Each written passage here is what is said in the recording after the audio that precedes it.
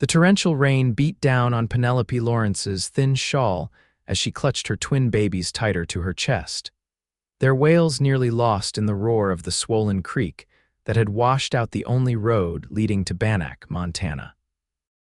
It was 1867, and she had traveled too far to turn back now, even as the mud sucked at her boots and threatened to pull her down into the churning waters.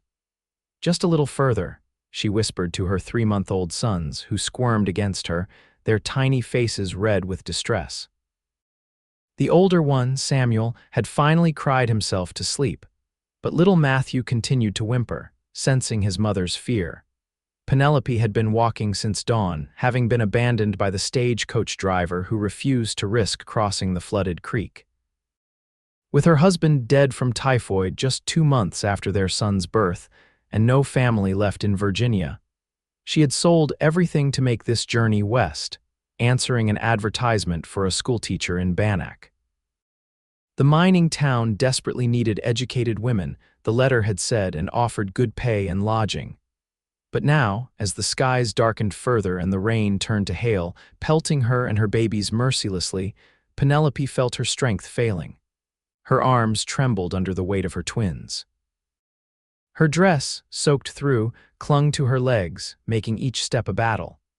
When her knees finally buckled at the edge of the washout, she didn't immediately notice the tall figure approaching on horseback through the curtain of rain. It wasn't until a deep voice called out over the storm that she looked up, blinking water from her eyes. "Madam, hold still," the rider dismounted in one fluid motion, splashing through the mud toward her. His face was partially obscured by the wide brim of his hat, but Penelope caught sight of piercing blue eyes set in a weathered face as he knelt beside her. "Give me one," the cowboy said, nodding at the twins as he stretched out strong, calloused hands. "I'll carry both if needed." Penelope instinctively clutched the babies tighter. "Who are you?" she managed, her voice barely audible over the storm. "Isaac Owens, madam, ranch foreman at the Silver Creek spread just outside Bannack," he gestured toward her precious bundles. "Those little ones are getting soaked through." "My cabin's just over that ridge. Let me help you." Something in his steady gaze broke through Penelope's fear. This man, with his broad shoulders and calm demeanor, exuded a quiet strength that seemed like salvation in her desperate moment. With trembling arms, she surrendered Matthew to him. The cowboy tucked the baby expertly against his chest, sheltering the small body beneath his oilskin coat. Then, without hesitation, he wrapped his free arm around Penelope's waist, supporting her as she struggled to her feet. "Come on now," Isaac urged, guiding her toward his waiting horse. "Just a little farther." The massive chestnut stallion stood patiently in the rain, steam rising from its hide. With Matthew secure against him, Isaac helped Penelope mount first, passing Samuel back to her once she was settled. Then he swung up behind her, one strong arm circling her waist as he took the reins in his free hand. "Hold tight," he murmured, his breath warm against her ear as they set off through the downpour. The journey to Isaac's cabin seemed both endless and over in an instant. Penelope, light-headed from exhaustion, leaned back against the solid wall of his chest, focusing only on keeping her grip on Samuel as the horse picked its way carefully along a narrow trail that wound up through pine-covered slopes. When a small log cabin finally came into view, nestled against the hillside with smoke curling from its stone chimney, Penelope could have wept with relief. A covered lean-to served as a stable, where Isaac guided his horse. "My friend Daniel tends to things when I'm away," he explained, noting her surprise at the waiting fire. "Looks like he's been by today." Inside, the cabin was simple but immaculately kept. A large stone fireplace dominated one wall with a cooking area beside it. A table with 2 chairs stood in the center, while a bed with a colorful quilt occupied one corner. Shelves lined another wall, holding books more than Penelope would have expected in a cowboy's cabin. "Let's get these little ones dry first," Isaac said, already laying out blankets near the fire.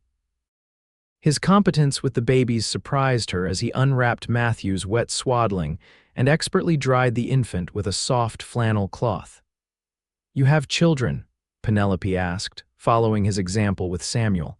Isaac's expression flickered with something like pain before he shook his head.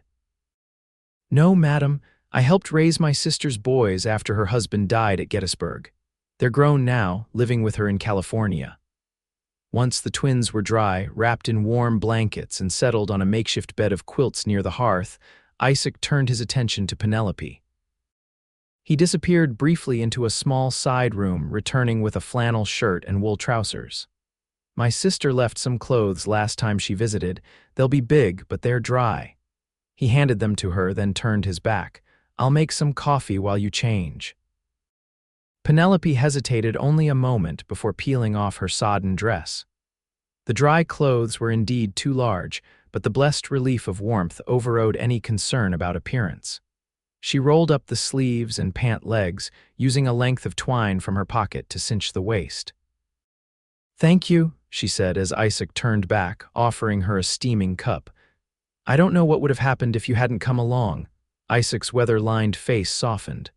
"What brings a woman alone with 2 babies to these parts, if you don't mind my asking?" Penelope sipped the strong coffee, letting it warm her from within before answering.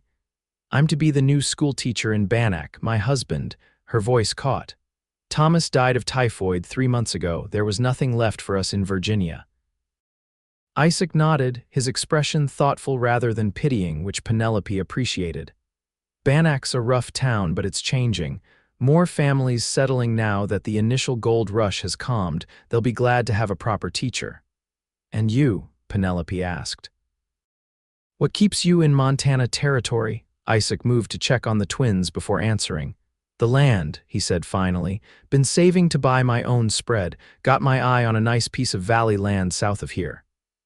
He gestured toward the window, where the rain continued to fall. "Storm like this is good for the grass, bad for traveling, though.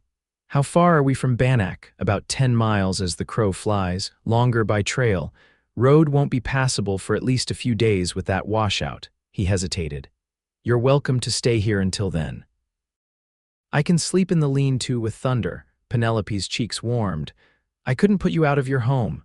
"It's no trouble. Besides," he nodded toward the window, "that rain's fixing to turn to snow by nightfall, temperatures dropping fast." As if to confirm his words, a gust of wind rattled the cabin's shutters, and Penelope shivered despite the fire's warmth. The thought of her babies in the cold galvanized her decision. "If you're certain it's no imposition, we'll stay until the road clears.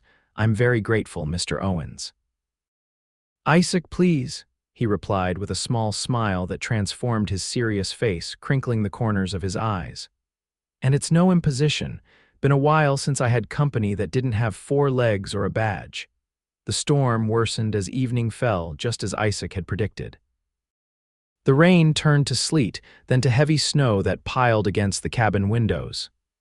Inside, however, was a cocoon of warmth. Isaac proved to be not only a capable host, but also an excellent cook, preparing a hearty stew from venison and preserved vegetables that tasted better than anything Penelope had eaten in months.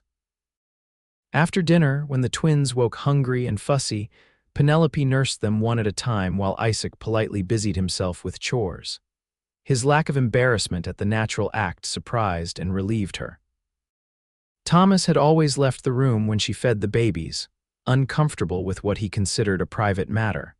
When both twins were fed and changed, using clean cloths Isaac provided, Penelope settled them back on their quilt bed. To her surprise, Isaac knelt beside her, studying the babies with obvious interest. "They don't look much alike for twins," he observed. Penelope smiled. "Samuel takes after his father, the dark hair and eyes. Matthew has my coloring." She stroked Matthew's downy blonde head. "Their personalities are different too. Samuel is serious and watches everything. Matthew is all smiles and wiggles when he's not hungry or tired." "Strong boys," Isaac said with approval. "You've done well by them, traveling so far on your own." The simple praise brought unexpected tears to Penelope's eyes. Since Thomas's death, she had received plenty of pitying looks and concerned clucking from neighbors, but little acknowledgement of her strength or capability. "I didn't have much choice," she said, blinking back the moisture. "Thomas left debts. The bank took our home. Teaching is all I know, and Bannack offered the best wage." Isaac's hand briefly covered hers, a fleeting, warm pressure that disappeared almost before she registered it. "Courage isn't about having choices," he said quietly. "It's about facing what comes, head on." Later, despite Penelope's protests, Isaac insisted on sleeping in the stable with his horse, leaving the cabin to her and the twins. As she lay in his bed, listening to the wind howl outside while her babies slept peacefully nearby, Penelope realized it was the first time since Thomas's death that she felt truly safe. Morning brought a transformed world. The storm had passed, leaving behind a pristine blanket of snow that sparkled in the early light. Penelope woke to the smell of coffee and the low rumble of Isaac's voice as he spoke softly to one of the twins. Opening her eyes, she saw him by the fire, Matthew cradled in one arm as he stirred something in a pot with his free hand. The infant was staring up at him, tiny hands reaching for Isaac's beard. "Is he bothering you?" Penelope asked, sitting up. Isaac turned, a smile warming his face. "Not a bit. This little man's been keeping me company while his brother sleeps. Hope you don't mind I picked him up when he started fussing. Didn't want him to wake you?" "I don't mind." Penelope pushed back the quilt and crossed to them, taking in the domestic scene with a strange flutter in her chest. There was something both incongruous and perfectly right about seeing the tall, rugged cowboy holding her tiny son with such gentle competence. "I made oatmeal," Isaac said, nodding toward the pot, "and there's coffee." They fell into an easy routine over breakfast. Isaac asked about her plans for the school in Bannack, listening with genuine interest as Penelope described her hopes for bringing education to the frontier children. "Most folks here value learning more than you might expect," he told her. "Especially the minors who never had much schooling themselves. They want better for their children." "And what about you?" Penelope asked, curious about this thoughtful man who seemed so at odds with her preconceptions of frontier cowboys. "You have quite a collection of books for someone who spends his days with cattle." Isaac's eyes crinkled. "My mother was a teacher back in Pennsylvania, insisted all her children learn to love reading." He glanced at his bookshelf. "Books keep a man company on long winter nights." After breakfast, while Penelope fed and changed the twins, Isaac went outside to check the trails. He returned with snow dusting his shoulders and hat. "Main roads still blocked," he reported, stamping his boots clean. "But there's a game trail that should be passable by tomorrow if no more snow falls. I can take you to Bannack then, if you're set on going." Penelope nodded, ignoring the small part of her that was relieved at the delay. "I should report to the town council as soon as possible." "They're expecting me." "Well, we won't be going anywhere today," Isaac said, hanging his coat by the door. "Too dangerous with the little ones in this cold." He glanced around the cabin thoughtfully. "Might as well make ourselves useful. How are you with bread making?" The day passed in a blur of domestic activity that reminded Penelope of her early marriage, before Thomas's business troubles had soured his temperament. She and Isaac worked side by side, kneading dough, mending clothes, and caring for the twins. Isaac showed her how to split kindling properly and explained his system for preserving vegetables through the harsh Montana winters. In turn, Penelope shared stories of her teaching days in Virginia and sang the folk songs her grandmother had taught her. Isaac had a surprisingly good singing voice and knew verses to some ballads that Penelope had never heard. By evening, the twins had taken to Isaac completely. Samuel, normally wary of strangers, allowed the cowboy to rock him to sleep, while Matthew gurgled happily whenever Isaac came near. Watching him with her sons, Penelope felt a dangerous warmth spreading through her chest, a feeling she quickly tried to suppress. She was a recent widow with 2 infants, heading to a new job in a frontier town. Isaac was a bachelor cowboy saving for his own ranch. Whatever this fleeting connection between them, it couldn't lead anywhere. She couldn't afford to let it. Yet that night, as they sat before the fire after the twins were asleep, the comfortable silence between them seemed charged with unspoken possibilities. "Tell me about Thomas," Isaac said suddenly, his voice low in the quiet room. Penelope looked up, startled by the request. "Thomas, your husband." Isaac's eyes reflected the firelight. "If you don't mind speaking of him." Penelope considered the question, realizing it had been weeks since anyone had asked about Thomas as a person rather than as a tragedy. He was ambitious, she began slowly. Brilliant with numbers, could calculate sums in his head faster than most men could write them down. He had plans to open his own bank someday. She paused, remembering. He courted me for 2 years before my father gave his blessing. Thomas was from a good family, but they lost everything in the war. Did you love him? Isaac asked, then immediately looked contrite. Forgive me. That's too personal a question, but Penelope found herself wanting to answer. I did, she said honestly. Not perhaps with the passion you read about in novels, but with a steady affection. We were comfortable together. He was a good man. She glanced toward her sleeping sons. And he gave me them. Isaac nodded, his expression thoughtful. I was engaged once, he offered unexpectedly. Her name was Alina. We grew up together in the same town. What happened? Penelope asked when he didn't continue. I went to fight for the Union. Came back to find she'd married a banker who'd paid to avoid service. His mouth quirked in a humorless smile. Can't blame her. She wanted security. I wanted adventure. And did you find it? Adventure, found enough of both kinds to last a lifetime. Isaac's gaze grew distant. Saw men at their best and worst during the war. Afterward, I couldn't settle back into Pennsylvania life. Came west with nothing but my horse and the clothes on my back. Do you regret it? Not once. His eyes refocused on her, suddenly intense. That's the thing about life, Mrs. Lawrence. You make your choices and you live with them. No use wondering about roads not taken. Penelope, she corrected softly. If I'm to call you Isaac, you should use my given name. A slow smile spread across his face. Penelope, he repeated, and something in the way his voice caressed the syllables sent a shiver down her spine that had nothing to do with the cold. The next morning dawned clear and cold. After breakfast, Isaac went to saddle Thunder while Penelope packed her few belongings and bundled the twins in every available layer of clothing. The prospect of leaving the cabin's warmth for the arduous journey to Bannack filled her with apprehension, but she knew delay would only make things harder. When Isaac returned, his expression was grim. We have a problem, he said without preamble. There's a wolf pack moving through the valley. Fresh tracks all around, not safe to travel with the babies. Penelope's heart sank. How long until they move on? Hard to say. Few days, maybe. He ran a hand through his hair, looking troubled. Wolves don't usually bother humans unless they're desperate, but this winter's been harsh. Game's scarce. We can't stay here indefinitely, Penelope said, trying to keep the dismay from her voice. The town council is expecting me. They might give the position to someone else if I don't arrive soon. Isaac nodded, his brow furrowed in thought. There's another option.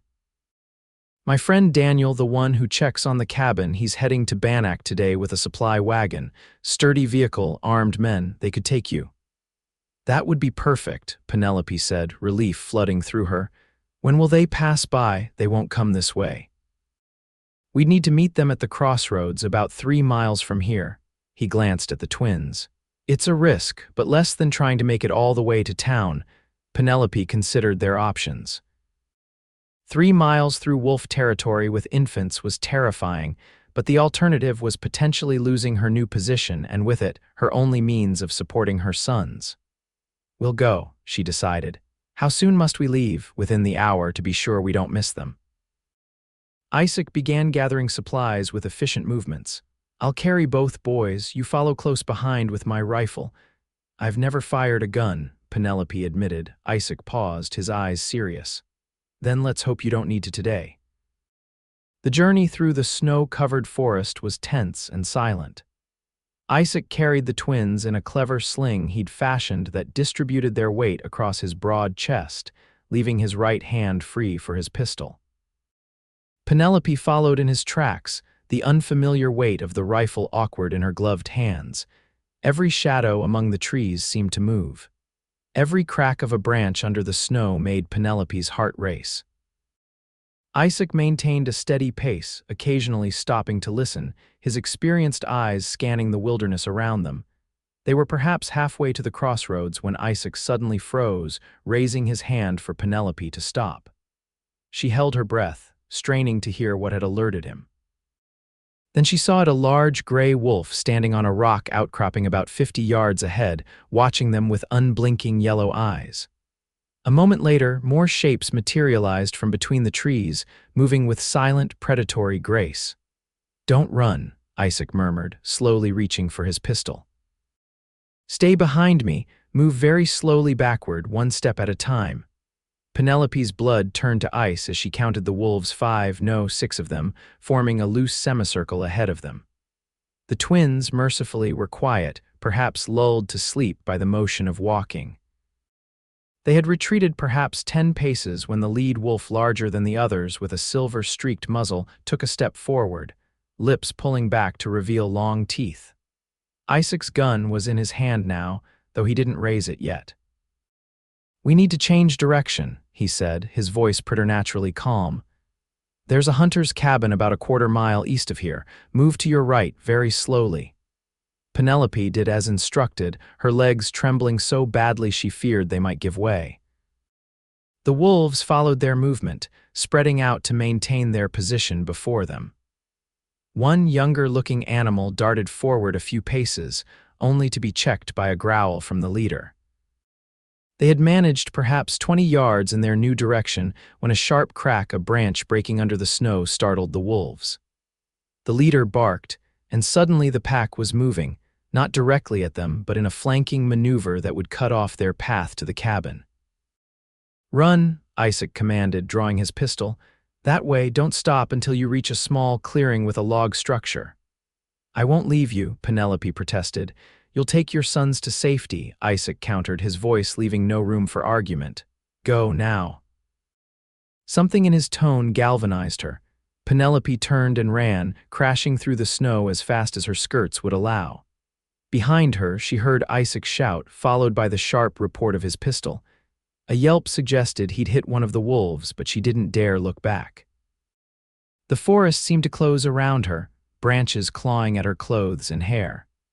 Her lungs burned with the cold air as she pushed herself forward, following a barely visible trail through the trees. When she finally burst into a small clearing and saw the rough log structure Isaac had mentioned, she nearly cried with relief.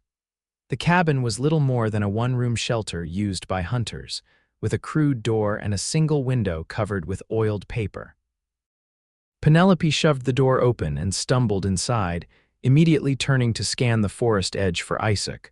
Long seconds passed with no sign of him.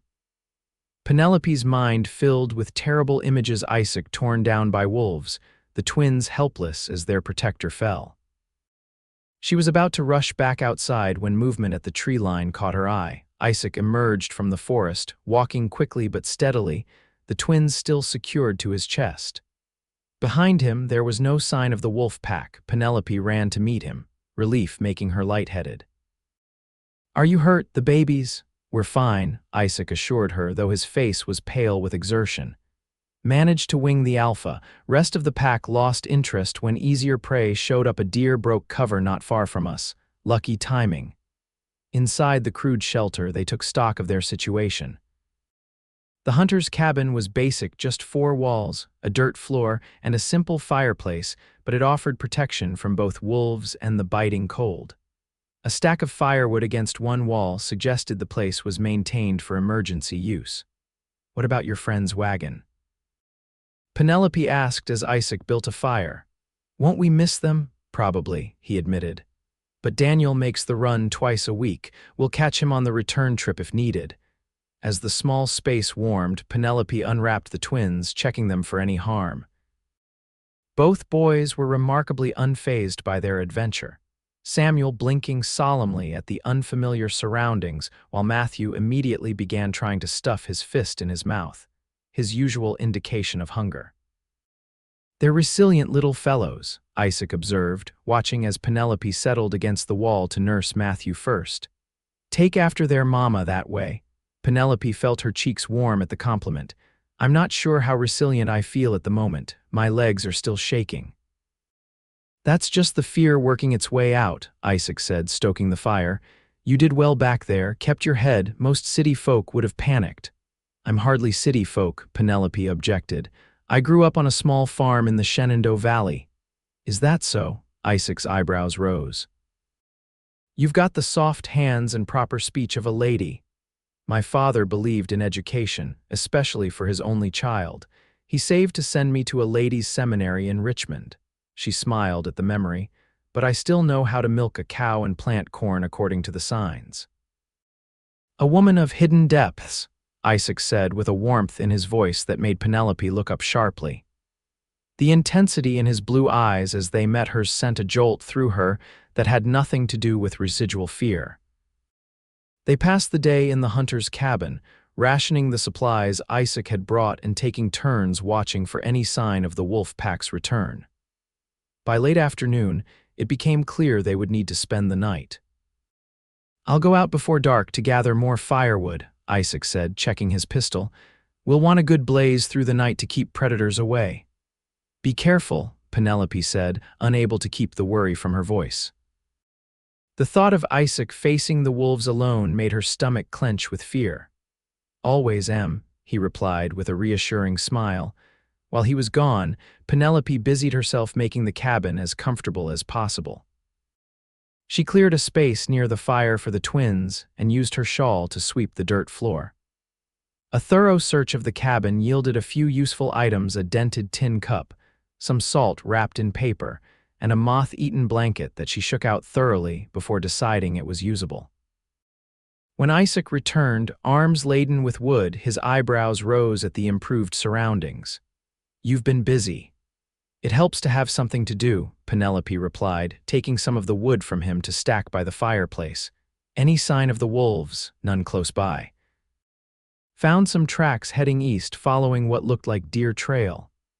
He added several logs to the fire, sending a shower of sparks up the chimney.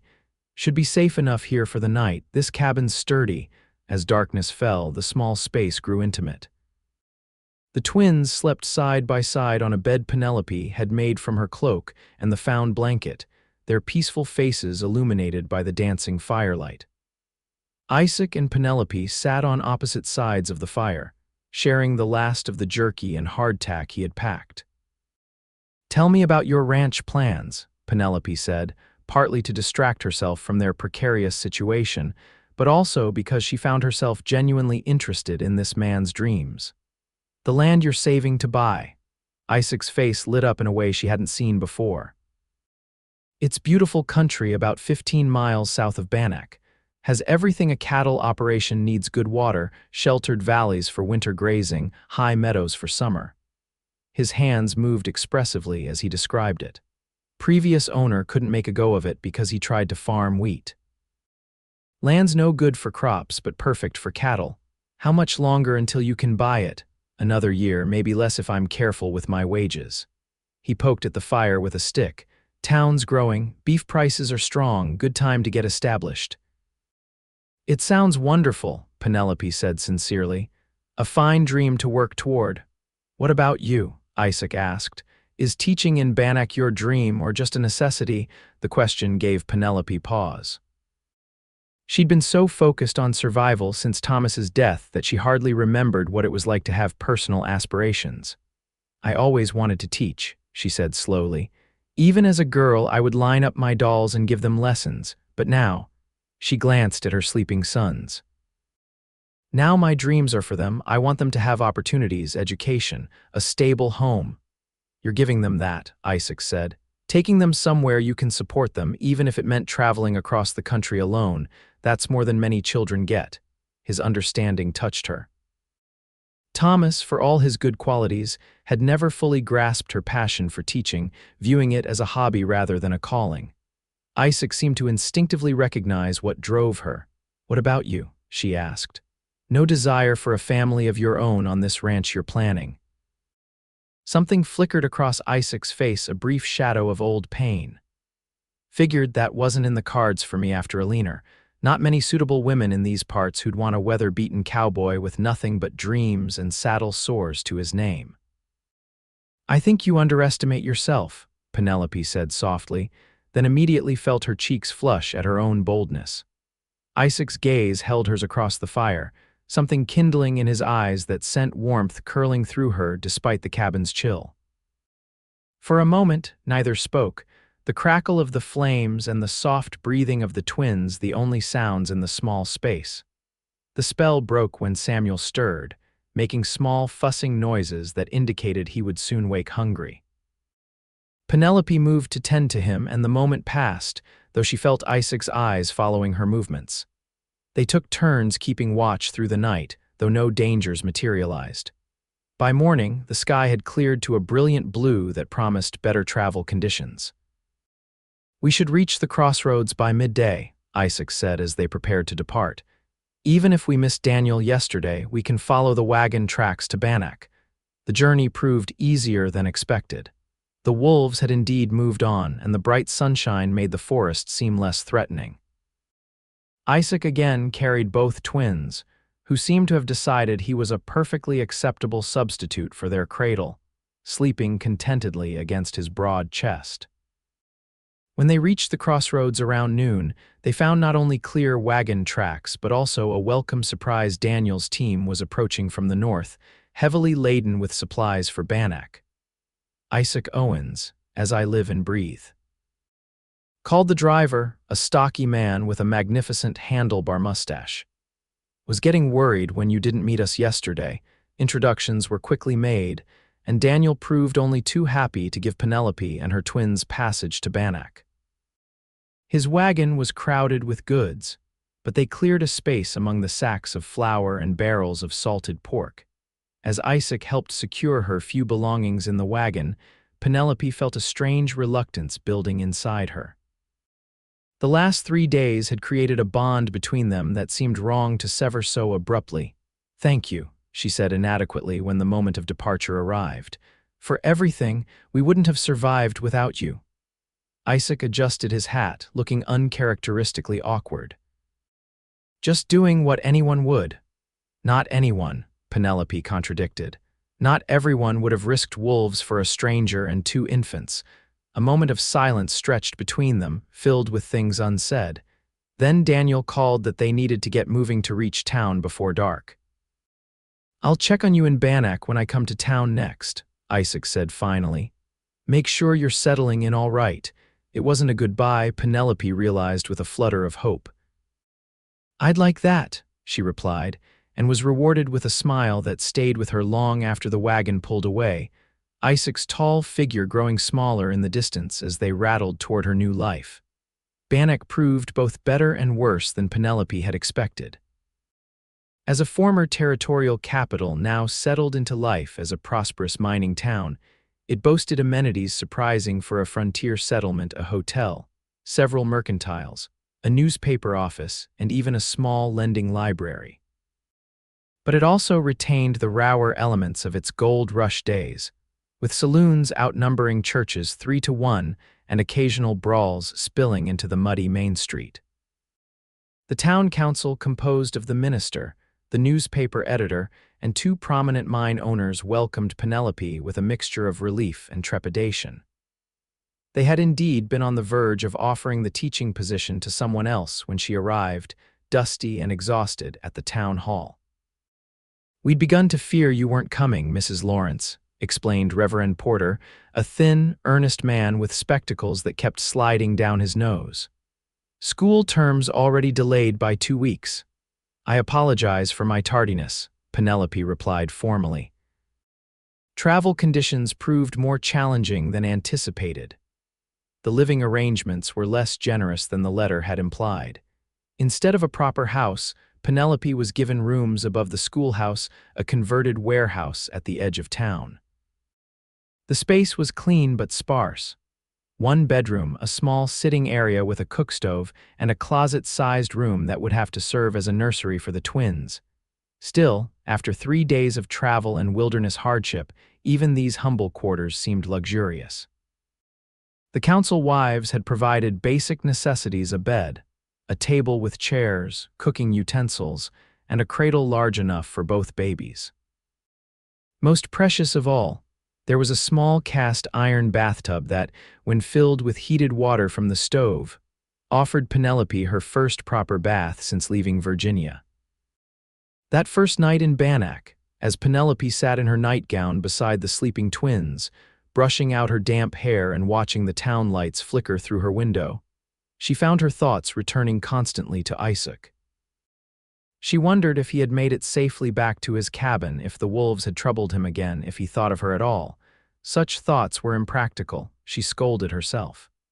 She had a position to establish, 2 infants to raise alone, a new community to navigate. There was no room in her life for romantic daydreams about a cowboy, no matter how kind or handsome he might be. Yet when she finally slept, it was Isaac's blue eyes and gentle hands she dreamed of, not the challenges awaiting her in the morning. The next weeks passed in a blur of activity. The schoolhouse needed substantial preparation before classes could begin. Penelope spent hours scrubbing floors, arranging benches, and creating teaching materials from the limited supplies available. The twins, meanwhile, became minor celebrities in Bannack, with various town matrons stopping by to coo over them and offer child-rearing advice of widely varying usefulness. Mrs. Peterson, the newspaper editor's wife, proved especially helpful, arranging a rotation of young girls to watch the babies during school hours for a modest fee. She also introduced Penelope to the small circle of educated women in town: the doctor's wife, 2 mine owners' spouses, and a surprisingly well-read widow who ran the hotel. "You've caused quite a stir, you know," Mrs. Peterson confided over tea one afternoon. "A young, attractive widow with teaching credentials is practically a unicorn in these parts. Half the unmarried men in town have suddenly developed an interest in education." Penelope laughed, though with some discomfort. She had indeed noticed increased male attention when she ventured into town tips of hats, offers to carry packages, invitations to church socials. All were politely declined. The idea of courtship just 6 months after Thomas's death seemed disrespectful to his memory. And if her heart sometimes quickened at the sight of a tall man in a cowboy hat, who then proved disappointingly not to be Isaac Owens, well, that was her private confusion to manage. School finally began in late February, with 28 pupils ranging from 6 to 16 years of age. Their educational backgrounds varied wildly. Some could barely recognize letters, while others had attended proper schools back east before their families moved west. Managing such diversity proved challenging but rewarding. Penelope found herself drawing on every teaching skill she possessed, often creating individualized lessons for different ability groups. The children, for the most part, were eager learners. Even the older boys, initially resistant to female authority, were won over when Penelope demonstrated a practical approach to mathematics, using mining calculations and supply logistics as examples. By March, Penelope had established a routine that, while exhausting, was sustainable.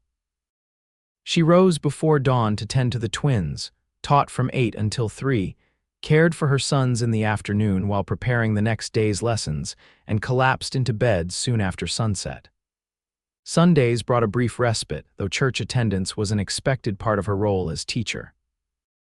It was after one such Sunday service, as Penelope was walking back to the schoolhouse with Samuel and Matthew bundled against the lingering winter chill, that she heard a familiar voice call her name. "Mrs. Lawrence, Penelope." She turned to find Isaac Owens approaching, leading his chestnut horse. He was dressed in what she guessed were his town clothes: a clean shirt with a string tie, dark trousers, and a less weather-beaten hat than the one he'd worn in the wilderness. The sight of him, solid and real after weeks of existing only in her thoughts, made her heart perform a distinctly improper flutter. "Mr. Owens," she greeted him, conscious of the curious glances from churchgoers passing by. "What a pleasant surprise." Isaac reached her side, his eyes immediately going to the twins in their shared perambulator. "They've grown," he observed with obvious delight. "Looking stout and healthy too. They are thriving," Penelope confirmed, unable to keep from smiling at his genuine interest in her sons. "Samuel has learned to roll over, and Matthew is trying to follow his example." "Smart boys," Isaac said approvingly before returning his attention to her. "And you, how are you finding Bannack? Busy but satisfying." The school has 28 pupils now, with more expected when the spring wagon trains arrive. She hesitated, then added, "Would you like to walk with us? I was just returning home." Isaac fell into step beside her, leading his horse. They made quite a picture. Penelope realized the schoolteacher, the cowboy, and the twin babies drawing speculative looks from townsfolk they passed. "I've been meaning to come to town for weeks," Isaac explained as they walked. "But between the late snows and calving season starting early at the ranch, I couldn't get away until today." "Calving season must keep you very busy," Penelope said, genuinely curious about his work. "How many cattle does Silver Creek Ranch run?"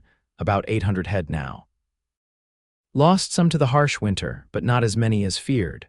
Pride colored his voice as he added, "Our stock's getting a reputation for hardiness.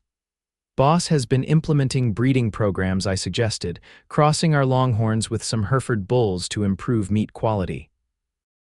The enthusiasm with which he discussed cattle breeding made Penelope smile. "You really love ranching, don't you?" "It gets in your blood," Isaac admitted. "There's something about watching a herd thrive under your care, knowing you're building something lasting." He glanced at her. "Not so different from teaching, I expect, nurturing growth, seeing the results of your work." The comparison surprised and pleased her. "I never thought of it that way, but you're right. There is a similar satisfaction." They reached the schoolhouse, and Penelope hesitated at the bottom of the external staircase that led to her quarters. Propriety suggested she should thank Isaac for escorting her and bid him goodbye. Custom frowned on unmarried women entertaining male visitors alone, even widows. But the thought of sending him away so soon made her unreasonably sad. "Would you like to come up for coffee?" she found herself asking. "If you're not in a hurry to return to the ranch, that is." Something like relief flickered across Isaac's face. "I'd like that very much," he said. "If you're sure it's no imposition with the little ones." "They're due for their nap," Penelope said, leading the way up the stairs. "And I rarely have adult conversation that isn't about spelling tests or town gossip. It would be a welcome change." Inside her quarters, Penelope busied herself settling the twins in their cradle while Isaac politely examined the modest room, commenting on the educational charts she'd created for her pupils. "You made these yourself?" he asked, studying a detailed map of the Montana Territory. "The artistry is impressive. Drawing was my favorite subject at seminary," Penelope admitted, measuring coffee into the pot. "Though I rarely have time for it now except for teaching materials." Once the twins were asleep and coffee was served, they sat at Penelope's small table by the window overlooking the town. The conversation flowed easily between them, picking up as naturally as if their last meeting had been yesterday instead of weeks ago. Isaac told her about the ranch's spring preparations and his continuing plans to purchase his own land. Penelope shared stories about her more memorable students and the challenges of teaching multiple grade levels simultaneously. "I've been using some of your books as inspiration, actually," she confessed. "I remembered titles I saw on your shelf and found a few in the town's lending library." Isaac looked genuinely touched.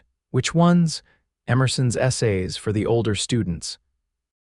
And I've been reading Thoreau's descriptions of Walden Pond to help the younger children understand natural observation." "Good choices," Isaac approved. "Though I admit, I always found Thoreau a bit impractical. Man could wax poetic about self-sufficiency while his mother did his laundry." The comment surprised a laugh from Penelope. "I had similar thoughts. It's easy to philosophize about simple living when you have the option to return to civilization whenever you please." Their discussion ranged from literature to politics, revealing a compatibility of minds that Penelope found increasingly compelling. Isaac's intelligence was grounded in practical experience, but enhanced by wide reading and thoughtful reflection, a combination she had rarely encountered even among educated men back east. When the church bell tolled 3 o'clock, both started in surprise at how much time had passed. "I've kept you too long," Isaac said, rising reluctantly. "You probably have preparations for tomorrow's classes." "I do," Penelope admitted, equally reluctant to end their time together. "But this has been very pleasant." Isaac hesitated at the door. "I'll be coming to town more regularly now that winter's easing. If you wouldn't mind, I'd like to call on you again." The formal phrasing, "call on you," carried implications Penelope couldn't pretend to misunderstand. This wasn't just a friendly visit he was proposing, but the beginning of a courtship. She should refuse, she knew. Thomas had been dead less than a year. She had the twins to consider, her position in the community to maintain, her independence to protect. Starting a relationship with anyone, let alone a cowboy whose dreams lay in ranch land miles from town, was impractical at best, foolhardy at worst. Yet looking at Isaac's open, honest face, Penelope couldn't bring herself to say no. Something had begun between them in that cabin during the storm, something she wasn't ready to dismiss. "I would like that," she said simply. The smile that broke across Isaac's face was worth whatever gossip might follow. "Next Sunday, then." "Next Sunday," Penelope agreed. True to his word, Isaac appeared the following Sunday after church. This time he brought gifts, hand-carved wooden rattles for the twins, and for Penelope, a book of poetry he thought she might enjoy. The thoughtfulness of the presents, clearly selected with care rather than expense in mind, touched her deeply. They established a pattern over the following weeks. Isaac would come to town on Sundays, sometimes staying overnight at the hotel to conduct ranch business on Monday before returning to Silver Creek. Each visit included time with Penelope and the twins, usually at the schoolhouse but occasionally walking through town or picnicking by the creek when weather permitted. The twins, now 7 months old, adored Isaac. Samuel, normally the more reserved of the two, would break into rare smiles at the sound of the cowboy's boots on the stairs. Matthew was even more demonstrative, practically lunging from Penelope's arms whenever Isaac appeared. Bannack society, predictably, took notice. Penelope became aware of whispers and speculative glances when she walked with Isaac. Mrs. Peterson, ever forthright, brought up the subject directly during one of their tea gatherings. "That foreman from Silver Creek seems quite taken with you," she observed, stirring sugar into her cup. "Handsome man, by all accounts reliable, not wealthy but steady employment and good prospects. Mr. Owens is a friend," Penelope replied carefully. "He helped me and the twins during a dangerous situation on our journey here. Mrs. Peterson's knowing smile suggested she wasn't fooled by the evasion. "Well, friend or otherwise, you could do worse. Several members of the town council have expressed approval, which is more than they'd offer for some of your other admirers." "Other admirers?" Penelope echoed, genuinely surprised. "My dear, surely you've noticed. Mr. Ferguson from the bank has been maneuvering for an introduction for weeks, and young Dr. Williams changes his route to pass the schoolhouse daily." Mrs. Peterson patted Penelope's hand. "A young widow with your qualities wouldn't remain unattached long in a place where women are still outnumbered 5-1. The conversation left Penelope unsettled. She hadn't considered how her friendship with Isaac might appear to others, nor had she fully acknowledged to herself how her feelings for him had grown. Thomas had been dead only 9 months. Was it disloyal to be developing such strong emotions for another man so soon? Yet when Isaac arrived the following Sunday with a plan to take her and the twins on a proper picnic outside town, Penelope's doubts receded at the simple joy of his company. He had borrowed a light wagon for the occasion, outfitting it with cushions to make it comfortable for the babies. They drove several miles up the creek to a sheltered meadow just beginning to bloom with spring wildflowers. Isaac spread a blanket in the shade of a cottonwood tree, and they enjoyed a feast of fried chicken, biscuits, and preserved peaches that he had somehow procured from the hotel restaurant. The twins, delighted by the new environment, practiced their crawling on the blanket, requiring constant vigilance to keep them from eating grass or small rocks. Isaac proved remarkably adept at baby management, creating impromptu toys from twigs and leaves that captivated the boys' attention. "You're very good with them," Penelope observed as Isaac demonstrated to an entranced Matthew how a bent grass stem could spring back when released. "Most men would find twin infants overwhelming." Isaac looked up, his expression softening, They're fine boys, smart and curious." He tickled Matthew's round belly, eliciting a gurgle of laughter. "Besides, I like children. Always figured I'd have a houseful someday." The casual admission hung in the air between them, charged with implication. Penelope busied herself with repacking the picnic basket, suddenly needing a moment to compose herself. "Penelope." Isaac's voice drew her eyes back to his face. He had set Matthew beside his brother and moved closer to her on the blanket. "There's something I've been wanting to talk to you about." Her heart began beating faster. "Yes, I know it hasn't been long since you lost your husband, and I know you've built a life for yourself and the boys in Bannack." He took a deep breath. "But these past weeks, spending time with you and the twins, I've come to feel. That is, I hope you might consider." He was interrupted by the distant rumble of approaching horses. Both turned to see a group of riders appearing over the rise, headed in their direction. As they drew closer, Penelope recognized several men from town, including the sheriff and Mr. Chambers, one of the mine owners who sat on the school board. Isaac stood, his expression shifting from disappointment at the interruption to alert wariness as he noted the men's serious faces. "Mrs. Lawrence," Sheriff Taylor called as they reined in nearby, "thought we might find you out this way. There's been a development you should know about." "What's happened?" Penelope asked, instinctively gathering the twins closer. "Received a telegram from Virginia," the sheriff explained, dismounting. "Seems someone's been looking for you. A Mr. James Lawrence says he's your brother-in-law." Penelope felt the blood drain from her face. "Thomas's brother, claims to be," the sheriff confirmed. "Says he's the legal guardian of your sons, according to their father's will. Wants us to hold you here until he arrives to collect them." The world seemed to tilt beneath Penelope. "That's impossible," she managed. "Thomas never made a will, and James, we never even met. He was estranged from Thomas for years." "Be that as it may," Mr. Chambers interjected, "legal claims need proper investigation. The council feels it would be best if you remained in town until this matter is resolved." Isaac had moved to stand beside Penelope, his presence solid and reassuring.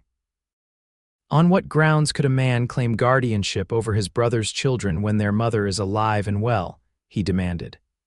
"Especially when he's never even met the boys." "That's for a judge to determine," the sheriff replied, though he looked uncomfortable. "I'm just relaying the message and the council's request." "Request or order?" Isaac pressed. Mr. Chambers cleared his throat. "Mrs. Lawrence is an employee of the town council. Continued employment is contingent on proper resolution of this matter." Penelope stood, her initial shock giving way to indignant anger. "Are you threatening my position, Mr. Chambers? Because a man I've never met makes a claim with no evidence." "Not threatening," Chambers backpedaled, "simply expressing concern. The school year has only a few weeks remaining. Surely you understand our position. The parents entrust their children to our judgment." "And my judgment says Mrs. Lawrence is an excellent teacher and mother," Isaac countered. "Anyone suggesting otherwise should have solid proof, not telegrams from unknown parties." The tension crackled between the groups until Sheriff Taylor, clearly uncomfortable with the confrontation, suggested everyone return to town to discuss the matter more fully with the entire council. The ride back to Bannack passed in tense silence. Penelope's mind raced with fears and questions. James Lawrence had never shown any interest in his brother's life, let alone his children. Thomas had mentioned him only rarely and never positively. What possible motive could he have for suddenly claiming guardianship of the twins? The answer came during an uncomfortable meeting in the town hall that evening. James Lawrence, it emerged from further telegrams, was asserting that Thomas had left a substantial insurance policy naming his brother as both beneficiary and guardian of any children, should Penelope be deemed unfit. "Unfit," Penelope repeated incredulously when this was explained. On what possible grounds? Reverend Porter, who seemed the most sympathetic of the council members, looked pained. "The telegram suggests inappropriate behavior unbecoming a widow and mother. Specifically, entertaining male visitors unchaperoned." Penelope felt her cheeks flame with indignation as all eyes in the room briefly flickered to Isaac, who stood beside her chair with a thunderous expression. "This is absurd," she declared. Even if such accusations weren't grossly exaggerated, how would James Lawrence, thousands of miles away in Virginia, know anything about my life here? "He claims to have a private investigator's report," the sheriff said. "Man he hired followed you from Virginia, apparently." The realization that she had been watched, her movements reported to a man she'd never met, made Penelope feel physically ill. Beside her, Isaac's hands had clenched into fists. "This sounds like a scheme to get money," he said flatly. "Insurance policy proceeds, I'd wager." "The guardianship claim is just leverage." Several council members nodded, seemingly relieved that someone had stated the obvious. "Be that as it may," Mayor Collins said, "we have a legal obligation to take such claims seriously until they're disproven." Mrs. Lawrence, no one is suggesting you leave your position or surrender your children. We simply ask that you remain in Bannack until Judge Harmon can review the case. He'll be here on circuit in 3 weeks. 3 weeks, Penelope calculated quickly. If James Lawrence was already traveling west, as the telegram suggested, he could arrive before the judge. What then? Would she be forced to surrender her sons to a stranger on nothing more than his word? "I'll be staying in town until this is resolved," Isaac announced unexpectedly. "Silver Creek can spare me for a few weeks." His declaration brought both relief and concern to Penelope. His presence would be a comfort and protection, but it might also fuel the very rumors James Lawrence was using against her. As if reading her thoughts, Mrs. Peterson, who had joined the meeting as a concerned friend, spoke up. "Mrs. Lawrence and her sons will stay with my family until this matter is settled. That should address any concerns about propriety." The council accepted this compromise, and the meeting adjourned with assurances that telegrams would be sent seeking verification of James Lawrence's claims. Penelope left feeling both supported by her new community and deeply shaken by this threat to everything she had built. The next 3 weeks passed in a haze of anxiety and preparation. Penelope continued teaching, though she found it difficult to focus with the constant worry about her son's future. In the evenings, she pored over legal textbooks borrowed from the town's only lawyer, searching for precedents that might protect her rights as a mother. Isaac, true to his word, remained in Bannack, taking a room at the hotel and helping Penelope's case by gathering statements from witnesses who had known Thomas Lawrence, testimony that might disprove his brother's claims. He also sent telegrams to contacts in Virginia, seeking information about James Lawrence's character and financial situation. The Petersons proved to be tremendous allies. Their home was comfortable, their children welcoming to the twins, and their social standing in Bannack unimpeachable. Mrs. Peterson, in particular, became a fierce advocate, organizing the town's leading women to support Penelope publicly. No decent mother should live in fear of having her children taken by distant relatives with suspicious motives, she declared at a hastily convened meeting of the Ladies' Aid Society. Especially not a widow who has shown remarkable strength and capability in the face of adversity. Despite this support, Penelope found herself withdrawing from Isaac, maintaining a formal distance whenever they met. The accusation of inappropriate behavior had struck a sensitive chord. While she knew their relationship had been entirely proper, she couldn't help wondering if her growing feelings for him had somehow been improper so soon after Thomas's death. Isaac noticed the change but didn't press her, respecting her need for space during this crisis. Still, she caught the hurt in his eyes when she declined his offers of companionship beyond practical assistance with her legal troubles. 10 days before the judge was due to arrive, a dusty stagecoach delivered James Lawrence to Bannack.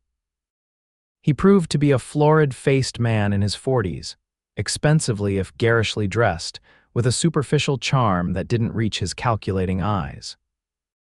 He took rooms at the hotel and immediately began cultivating relationships with the more influential men in town, buying rounds of drinks and telling elaborate tales of business success back east.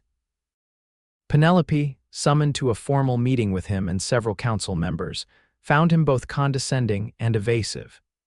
He expressed exaggerated concern for his poor brother's sons while barely glancing at the twins, who regarded him with the solemn wariness babies often show to strangers. "My dear sister-in-law," he said with a smile that didn't warm his eyes, "I understand your maternal attachment, of course, but a woman alone can hardly provide the guidance and opportunities these boys deserve. The Lawrence name carries weight in Virginia business circles, advantages you simply cannot offer them here in this." He glanced around dismissively. "Frontier environment. These advantages being the insurance money you claim Thomas left," Penelope challenged. James's smile tightened. "Among other assets, Thomas was more prudent in his financial planning than perhaps you realized." "My husband and I had no secrets," Penelope replied evenly. "If such policies or assets existed, I would know of them." The discussion grew increasingly tense until Mayor Collins suggested they adjourn until the judge's arrival. As James Lawrence rose to leave, he leaned close to Penelope with a smile that didn't reach his eyes. "This could be resolved amicably, you know," he murmured. "A simple agreement dividing the insurance proceeds, say, 60% to me as guardian, 40% to you.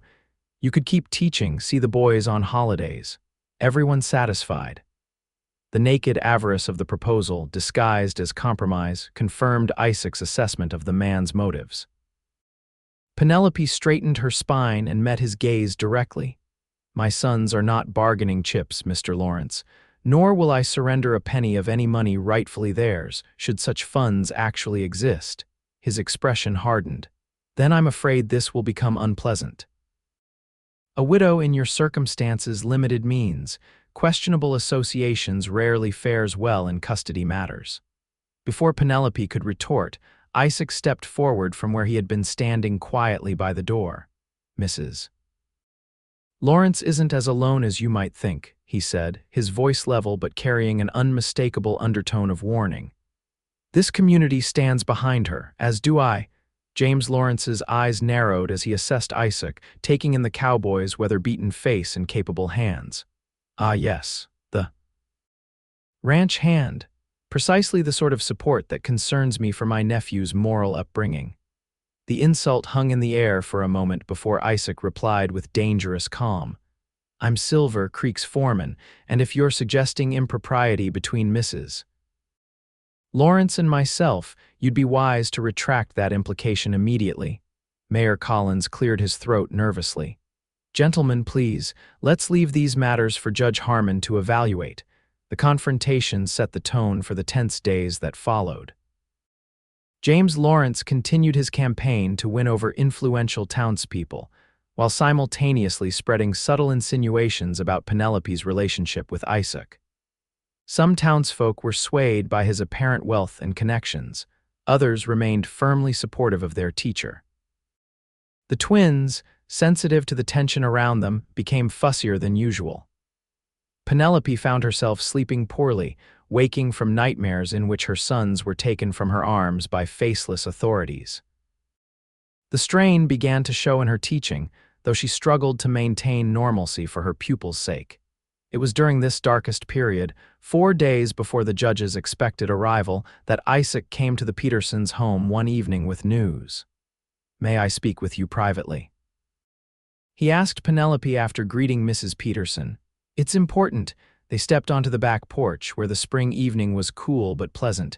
Penelope wrapped her shawl tighter around her shoulders, as much for comfort as warmth. "What is it?" she asked, noting the intensity in Isaac's expression. "I received a reply to one of my telegrams," he said, producing a folded paper from his pocket, "from the sheriff in Richmond who investigated your husband's death." Penelope took the telegram with trembling fingers. The message was brief but clear. No insurance policy had been found among Thomas Lawrence's effects or records. Moreover, Thomas had filed papers explicitly naming Penelope as his children's guardian should anything happen to him. These documents had been properly witnessed and recorded with the city authorities. "He did make provisions," Penelope whispered, tears springing to her eyes. "Just not the kind James claimed." There's more, Isaac said, his voice gentle. The sheriff included information about James Lawrence's current legal troubles in Virginia. He's wanted for questioning in a real estate scheme that defrauded several investors. Left town just ahead of the authorities, apparently. Relief and vindication washed through Penelope in equal measure. This proves he's lying about everything. It's strong evidence, Isaac agreed. I've already shown copies to the mayor and sheriff. They're considering how to proceed. Penelope looked up at him, suddenly aware of how much he had done for her the time away from his work, the telegrams sent at his own expense, the steadfast support when others wavered. "Thank you," she said, her voice thick with emotion. "I don't know how I can ever repay you for all this." Isaac stepped closer, his eyes serious in the fading light. "I didn't do it for repayment, Penelope." He hesitated, then continued more softly. "These past weeks, keeping my distance because I understood your concerns. It's been difficult. I've missed you." Missed what was growing between us before this trouble started. The simple honesty of his words broke through the protective wall Penelope had built around her heart. "I've missed you too," she admitted. "But I was afraid of giving James Lawrence more ammunition, afraid of what people might think, afraid of my own feelings when I should still be mourning Thomas." "There's no proper timetable for the heart," Isaac said, reaching out to take her hand. "And I think Thomas would want you and his sons to be happy, not alone." Before Penelope could respond, the back door opened, and Mrs. Peterson appeared, looking apologetic but urgent. "Forgive the interruption, but Sheriff Taylor is here," she said. "James Lawrence has disappeared from the hotel, along with all his belongings. The stagecoach driver says he paid double for a seat on tonight's eastbound coach." The news threw the town into brief confusion. A hasty meeting of the council confirmed what Penelope and Isaac already knew. James Lawrence had been running a confidence scheme, hoping to claim money that didn't exist. His abrupt departure when faced with evidence from Virginia confirmed his guilt. 2 days later, Judge Harmon arrived as scheduled. After reviewing all the documentation, including the telegram from Richmond and statements from council members about James Lawrence's behavior, he issued a clear ruling. Penelope was and would remain the sole legal guardian of her sons, with full rights to any assets from Thomas Lawrence's estate. The relief that washed through Bannack was palpable. The school term ended on a high note, with parents expressing renewed confidence in their teacher. Penelope, free from the shadow of losing her sons, found herself able to look forward rather than constantly watching over her shoulder. 1 week after the judge's ruling, Isaac invited Penelope and the twins for another picnic, this time to see the land he hoped to purchase for his ranch. It was a beautiful piece of property, with rolling hills perfect for grazing and a clear creek running through a protected valley. "The owners agreed to my offer," Isaac told her as they sat beneath a spreading oak tree watching the twins attempt to crawl through the thick grass. "It'll be mine officially next month. It's beautiful," Penelope said sincerely. "Everything you described." Isaac seemed uncharacteristically nervous, repeatedly adjusting his hat and clearing his throat before finally turning to face her directly. "The thing is," he began, "a ranch this size needs more than one person to run it properly. And a house which I plan to build right there on that rise, it needs a family to make it a home." Penelope's heart began to beat faster as she recognized the direction of his words. "I know it might seem sudden," Isaac continued, taking her hands in his, "but I think we both know what's been growing between us since that day on the Washout, when I saw you there with your babies, so determined despite everything you were facing. I admired you from that first moment. And everything since has only deepened that feeling into something more." He reached into his pocket and withdrew a small box. "This was my mother's," he said, opening it to reveal a simple gold band with a small pearl. "I'm not a wealthy man yet, Penelope. But I promise you this, if you'll have me, I'll spend every day working to give you and the boys a good life. I'll love them as my own sons, and I'll love you with everything I have for as long as I live." Tears blurred Penelope's vision as emotions overwhelmed her: joy, hope, a touch of fear at this new beginning, and underneath it all, a certainty that had been building since those days in Isaac's cabin. "The ranch is 10 miles from Bannack," she said, her practical side asserting itself even as her heart had already decided. "The school." "I've thought about that," Isaac assured her. "We could keep rooms in town during the school year if you want to continue teaching. Or hire a wagon to take you back and forth. Or," he added with a small smile, "the ranch is growing fast enough that we might need our own schoolhouse before long. There are 5 families with children within riding distance already." Penelope looked at his earnest face, then at her sons playing nearby, then at the beautiful land spread before them, land that could be their home, their future. "Yes," she said simply, her heart too full for elaborate speeches. "Yes, I will marry you, Isaac." His face lit with a joy that matched her own as he slipped the ring onto her finger, then pulled her into a kiss that was both gentle and filled with promise. When they separated, he immediately scooped up the twins, one in each arm, spinning them around until they squealed with delight. "What do you think, boys?" he asked them as if they could understand. "Ready to be ranchers?" Matthew grabbed for Isaac's beard while Samuel simply studied him with his serious dark eyes before breaking into one of his rare, beautiful smiles. "I think that's a yes," Penelope laughed, her heart lighter than it had been in more than a year. They were married 2 weeks later in Bannack's small church. The entire town turned out for the ceremony with Mrs. Peterson standing as Penelope's attendant and Daniel from Silver Creek serving as Isaac's best man. The twins, dressed in matching outfits sewn by the Ladies' Aid Society, were passed among adoring townswomen during the reception. As a wedding gift, the town council surprised Penelope with an offer she hadn't expected. They asked if she would consider continuing as Bannack's teacher even after her marriage, perhaps on a modified schedule that would accommodate her new life at the ranch. "We recognize good teaching when we see it," Mayor Collins said, somewhat sheepishly after his earlier wavering during the James Lawrence affair. "And the children have made remarkable progress under your guidance." Isaac, standing proudly beside his new wife, supported the idea completely. "Education's important," he said firmly. "Worth making accommodations for. We'll figure out the practicalities," and they did.